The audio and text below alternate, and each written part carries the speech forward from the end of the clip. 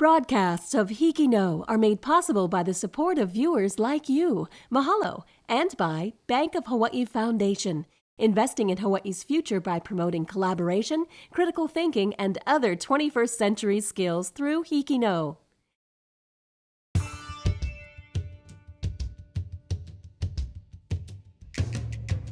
Aloha.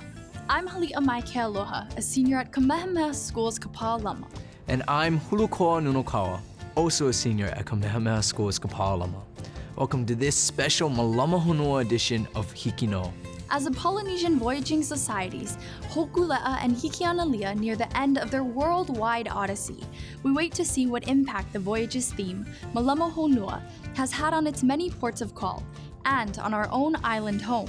Mālama Honua means to care for our island Earth, and that theme can manifest itself in an infinite number of ways. The HIKI NŌ staff at PBS HAWAIʻI decided to find out what Mālama Honua means to Hawaii's young people by making it the theme of its 2017 Spring Story Challenge. HIKI NŌ student production teams from schools around the state were given 3 days to conceptualize, shoot, write, and edit a story based on the theme Mālama Honua. The theme wasn't revealed to them until the very start of the 3-day production schedule. For the next half hour, we'll be showing you some of the interpretations of Mālama Honua that came out of this adrenaline-fueled, labor-intensive challenge. Our first Mālama Honua story is about a young woman whose love of fishing is matched only by her respect for the ecosystem from which she partakes. This profile of a female angler was created by the HIKI NŌ students from Moanalua High School on Oahu. Fishing was something that I did basically for fun. I grew up thinking that going to the beach was the best thing ever, and I did it every single weekend, and I still do actually. Jamie Hamamoto, a fifth-generation fisherman or angler, started when she was just 2 years old and has been hooked since then. I've been doing this for what, 15 years now? I wanted to pass on something that I really loved. When she was old enough, when she was about 2 years old, we used to go out to Haleiwa and she used to catch papio and barracuda. Since then, she's been crazy about it. Jamie's broken numerous world records already in fishing. You know, she gets tons of prize money when she enters tournaments. She gets all this credibility. She meets all these people. Jamie's passion has led to reeling in world records and being well known in the fishing community. However, this isn't her main focus. That's not good. According to Science News, Hawaii's fish population is down 78% since 2015. Major causes include sport and commercial fishing and water pollution. Jamie is now trying to do her part in preserving what we have left. I'm a part of a tagging program where they do research. So you'll tag a fish, and there's a certain number on that tag. Other fishermen, if they catch the same fish, they'll be able to record the length of the fish, so we'll know how long the fish has been gone, where it's traveled to, and how big it's gotten in a certain amount of time. I feel that by tagging and by, learning more about it, we're actually learning about how we can preserve what we have available to us. So it would go in between the fork of the tail. She's done cleanups of the lo'i in Kaneohe, cleaning up the reefs, the ogo, the invasive ogo. She's, done so many things. It is because of her love and commitment that she's doing her part to take care of a place she calls home. It means taking care of my home, taking care of where I live. And for me, the ocean is a huge part of my life. So I personally think it's important to give back. Taco! If everybody did a little bit like she does, we wouldn't have to worry. The next generation would be in good hands. So I'm kind of proud of her that she takes the time to even teach the younger ones. And by doing just that, Jamie is doing her share to pass on fishing just as it was to her. I'm Jonas Meister from Moanalua High School for HIKI NŌ. This next story interprets Mālama Honua as looking out for your neighbors and making sure they are safe, especially when crossing the street. Here is Pedestrian Walking Flags from Waianae High School in West Oahu.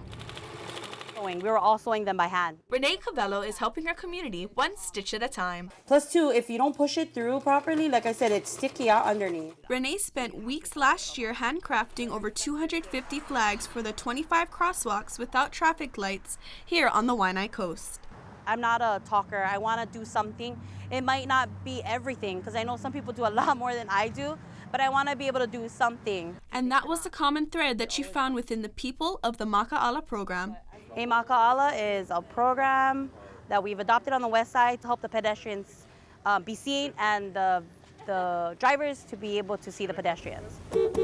According to Hawaii Free Press, Hawaii has been recorded to have the 4th highest pedestrian accident rate in the nation. On Farrington Highway alone, there were 30 fatalities recorded in the year of 2016. Just seeing all the deaths on the roadway, it's really heartbreaking. Okay, hold my hands. Flags have been posted at each side of the crosswalk so the pedestrian is able to be visible by drivers as they are crossing the street. You know, there's some spots on Farrington that drivers tend to speed up that also happen to be frequented by a lot of pedestrian traffic. So I think having the flags now in place, it actually, again, makes them more visible as they cross the highway. When I first saw it, I really was surprised to it. But then I thought about it, you know, that was a great idea that they came up with this, you know, pedestrian program. The flags have solved the issue so well that it actually raised new problems, keeping them in their assigned holders. People have been moving the flags to places where there is higher foot traffic. Well, main goal is to hurry it up and get those flags back out there because they're getting faster as far as turnover for us to be able to replace them. It is all a part of the process for her as she continues to repair the fabric of the community. Like right now, we're low on flags, and it takes time because if we hand make them, we're doing it to help our kids and keep them safe, you know? And I feel responsible. Can you imagine 500? We just want what's fair to our people and for just safety standards. This is Wainani Wetter from Waianae High School for HIKI NŌ. Sometimes Mālama Honua can be as simple as cleaning up a once treasured piece of land that has fallen into neglect. Here's an example of this from students at Punho School on Oahu. Kawainui Marsh is located in Kailua, Oahu, and is the largest wetland on the island. It is located on the same road as the transfer station, where trash is collected and then sent to the dump. Unfortunately, a lot of debris ends up on the street and in the marsh from deliberate dumping as well as objects falling off of trucks. Once a month, volunteers from Ke Kahua o Kuali'i, a non-profit Native Hawaiian organization, come together to clean and revitalize the area so that it can be a place for the community to learn about Hawaii's land and Native culture. The work that we did here today was helping to clear out an area that is filled with invasive, but also it's an area that has a lot of man-made debris. So things like metal debris, tile, tires, and we even found a car today. For the volunteers, it's not just about community service, it's personal. This community service event is important to me because it's my way of giving back to the land that I grew up on. Giving back to the earth is important to me because it helps me feel better about the land that we have, the land that provides for us. And I think it's a good way, this is a good way of giving back. For the co-president of the organization, it's about providing a place for her son. This is the area that I was raised in. And so I feel that it's important now that I'm at another stage of my life as a mother to be able to take care of the place in which I was raised so that he has a place to visit in the future when he grows up. I think this is one way that we could, I guess, educate others on what we should do and what we can do, the opportunities we have to care for the earth, to care for the place that we call our home. It's because of these volunteers that donate their time and effort that we will be able to preserve a part of our state's natural history for future generations. This is Laurel Tamayo from Punahou School for HIKI NŌ. The act of caring for should not be limited to our fellow human beings. Students from Ewa Makai Middle School on Oahu remind us not to forget our furry friends. Yeah, good job.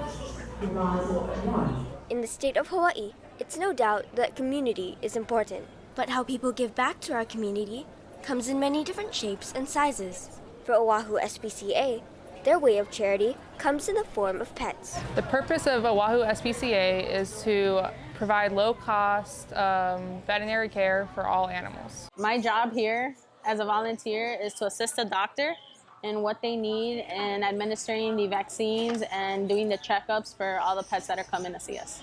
Started in April of 2009, this nonprofit organization's ways of helping range from saving abandoned animals to running events for the public to spread awareness of common diseases. All their actions add up to a much more healthy living for these furry companions. By giving care to or taking in stray animals, cats and dogs, getting them neutered, getting them groomed and taken care of, and then prepared to be given to a new owner. In general, what it's doing is it's getting pets out. We get to look at them yearly, make sure that they're healthy, make sure that owners are caring for them. And two, we're helping, again, keep the viruses and those things down on the island by vaccinating and offering the cheap vaccines here. Although their efforts help many, the reason for joining in the first place should not be forgotten. I was thinking when I first volunteered that I wanted to do more for my community. I wanted to, instead of sit at home all weekend, just get out and do stuff. Whether a dog, cat, or even human, organizations like Oahu SPCA have made an impact on many families around the island by guaranteeing the reassurance that animals will be able to live comfortably in countless households. They've definitely showed Mālama Honua and give back to our island home. This is Sophia Lopez from Ewa Makai Middle School for HIKI NŌ. Many of us Mālama Honua by participating in some form of recycling, but the students and staff at Kalama Intermediate School in upcountry Maui have embraced recycling as a way of life. Ua mau ke ea o ka aina I ka pono. The life of the land is perpetuated in righteousness. Samuel Enoka Kalama Intermediate School was built on the slopes of Haleakala on the island of Maui in 1987. From its early years, this upcountry Maui school has been adding to its recycling activities. In 1994, Kalama students started the first recycling center on Maui, located right behind the school. Recycling saves energy, natural resources, and landfill space. By recycling, we help the environment and save the land for future generations. Everything that we sell, that we purchase from the customers, we make a lot of money off the plastics, aluminum, cans, bottles. All that we collect here goes into this black container. Our truck from our company picks it up, and they take them down to the main beach yard and build everything and ship them home. It takes 90 years for aluminum to decompose, plastic 700 years, and glass 1 million years. Recycling also means turning unexpected events into something creative. In early February, one of the large trees in Kalama's parking lot fell due to strong winds. Within hours, the tree was chopped into mulch. Kalama staff used the wood chips from the tree as mulch around the campus. Maui Floral is just 2 doors down the road from Kalama Intermediate. This is where Kalama drops off huge bags of shredded paper instead of throwing it away. Maui Floral used to get the packing material from far away. Once we moved to this location, which was about 9 years ago, we figured why not do it closer to us. We use that to pack the flowers in, so when we ship it to mostly the mainland, we use it as a pillow for the flowers. Lots of teachers use recycled materials for class projects. Old newspapers are used to make art projects like these papier-mâché marine creatures hanging from the ceiling of the school library. Bottles and cans are collected to pay for repairs that are not covered by the school budget, like repairs for school security cards. Empty print cartridges, bottles, cardboard, toilet paper rolls, shoe boxes, 2-liter bottles, you name it. If it can be reused, Kalama does it. Recycling plays a big part in our school community and helps us to continue the tradition of caring for the earth every day. This is Christine Hirata from Kalama Intermediate for HIKI NŌ.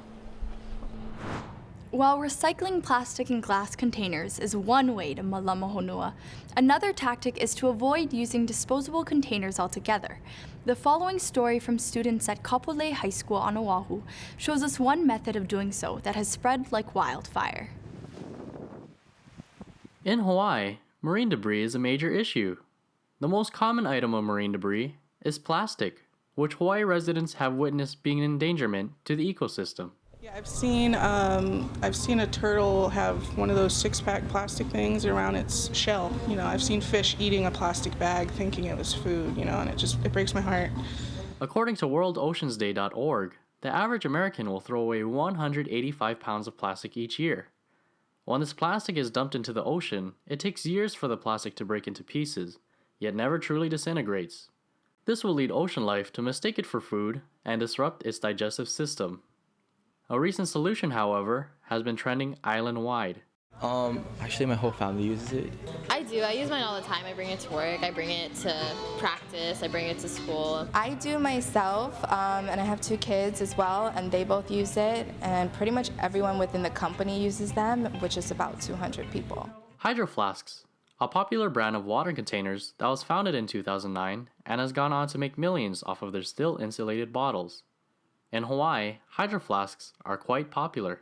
Oh yeah, so we just got a shipment of Hydro Flasks like 2 days ago, and it'll be gone by like next week. We asked several local store associates for their thoughts on why plastic bottles are such an issue in Hawaii. I think the problem is that people are too lazy to recycle. A lot of people leave it in the back of their truck and mean to recycle, but then they'll leave it and then they'll drive away. With this in mind, how does the trend of Hydro Flasks not only impact business, but also impact the issue of plastic marine debris itself? Minimize the use of plastic bottles, and everybody would switch to just refilling their Hydro Flasks. I feel like it could decrease the pollution in the ocean significantly, yeah. You know, that's one water bottle per person, or, you know, maybe even like 4 a day, 5 a day, however many, and, you know, multiply that by our whole island, because it's kind of rare you have someone without a Hydro Flask. Like, you know, you go into a classroom, what's in front of everyone's desk, it's a Hydro Flask, so. Having a Hydro Flask or any other reusable canister enables our island to be clean and move a step closer to a healthy marine ecosystem. Mālama Honua, caring for our island home, a strong saying that even the smallest actions can strengthen our community. This is Dason Bataro from Kapolei High School for HIKI NŌ. Welcoming an outsider into your home and making them feel like a part of your ohana is a great way to take care of our island Earth. This aspect of Mālama Honua is explored in the following story by students at Nānākuli High and Intermediate School on Oahu.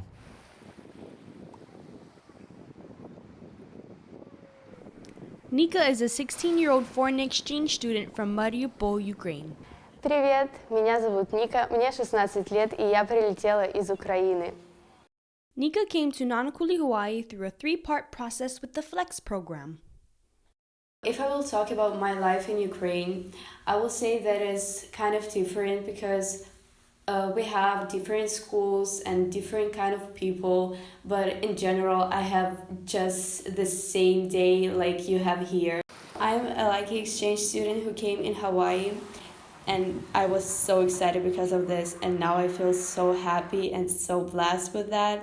She is a part of the Nānākuli High and Intermediate School Performing Arts Center, where she has made many friends.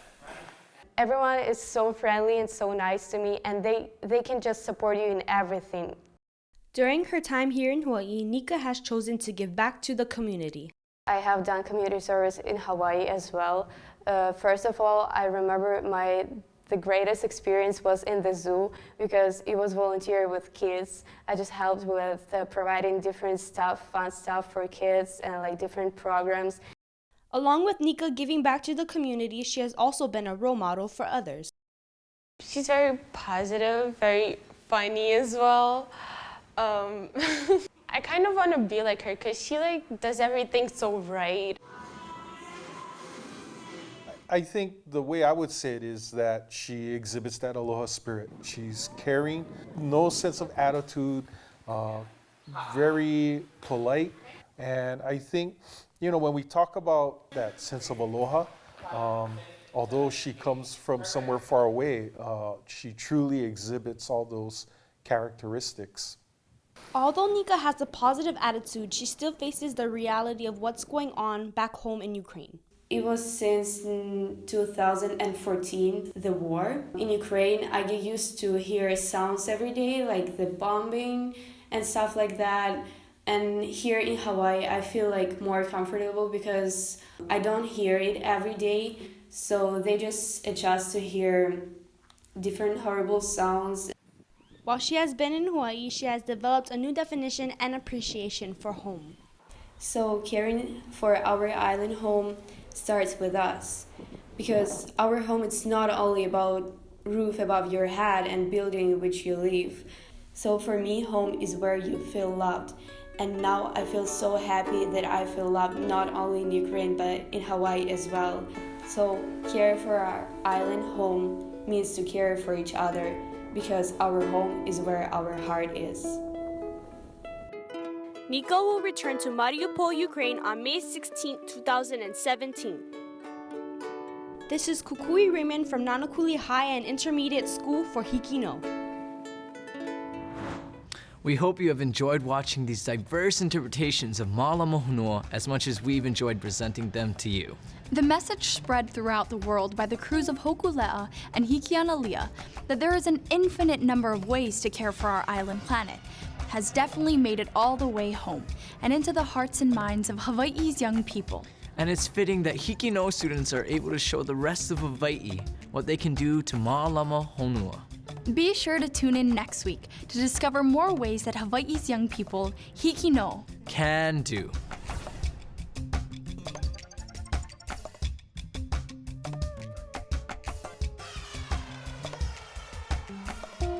Stay tuned after the credits to find out what some students learned from working on a past HIKI NŌ project. Even though you really try super hard on one of your cuts and you think it looks perfect and amazing and like everyone's gonna think it looks great, people are gonna think that there's things wrong with it, and everything can always be fixed or improved. Nothing is ever perfect.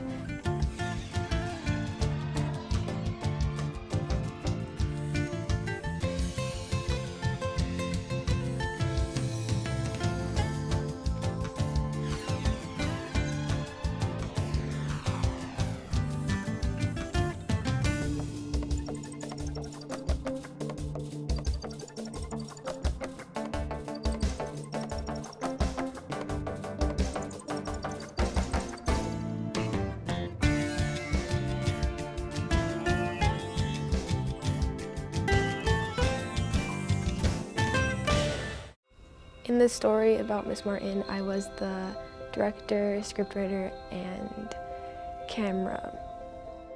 The way my class came up with doing the story of Miss Martin was we kind of like asked Mr. Tuda for any ideas that he had, and he said there's a couple teachers that may have some background stories, and I thought about Miss Martin. Like that was the first thing that came to my mind because a lot of my friends told me about all the nice things that she's done for people, and in my head I was just like, but she seems like so mean, like in person. And so I told Mr. Toyota and I discussed it with my group, and we decided that Miss Martin would probably be like the most interesting person to do. So for the students to see that, administration, teachers, that these authority figures are actually real people that have their own stories. Interviewing Miss Martin was kind of scary in the beginning, but as we continued to ask her questions and she opened up, it became easier and easier to ask her questions. And as we continued to ask questions and easier it got, the more emotional she got in the question. So when we asked her easy questions, it was just simple for her to answer. But when we asked harder questions, she started to really open up and started crying in one of the questions, which was something that none of us ever thought would happen. But when it happened, we were all kind of shocked by it. They get to see a different perspective that they don't normally see. I think that's valuable in them understanding that everybody has a story. This is Christina Overly from Makai Middle School for HIKI NŌ. As a narrator, I try to get the audience's attention so they are aware of what our story is about. And I try to create a tone where the person we're interviewing, it's the same tone and you feel the same way as the person that we're interviewing. I think the theme or the lesson was that you shouldn't judge people by their first look or what you first see. You should judge them by getting to know them or you shouldn't judge them at all. You should understand them. The thing I think that I learned was that even though you really try super hard on one of your cuts and you think it looks perfect and amazing and like everyone's gonna think it looks great, people are gonna think that there's things wrong with it, and everything can always be fixed or improved. Nothing is ever perfect. And I think that's one of the main things that I learned from this story and working on it. Broadcasts of HIKI NŌ are made possible by the support of viewers like you. Mahalo. And by Bank of Hawaii Foundation, investing in Hawaii's future by promoting collaboration, critical thinking, and other 21st century skills through HIKI NŌ.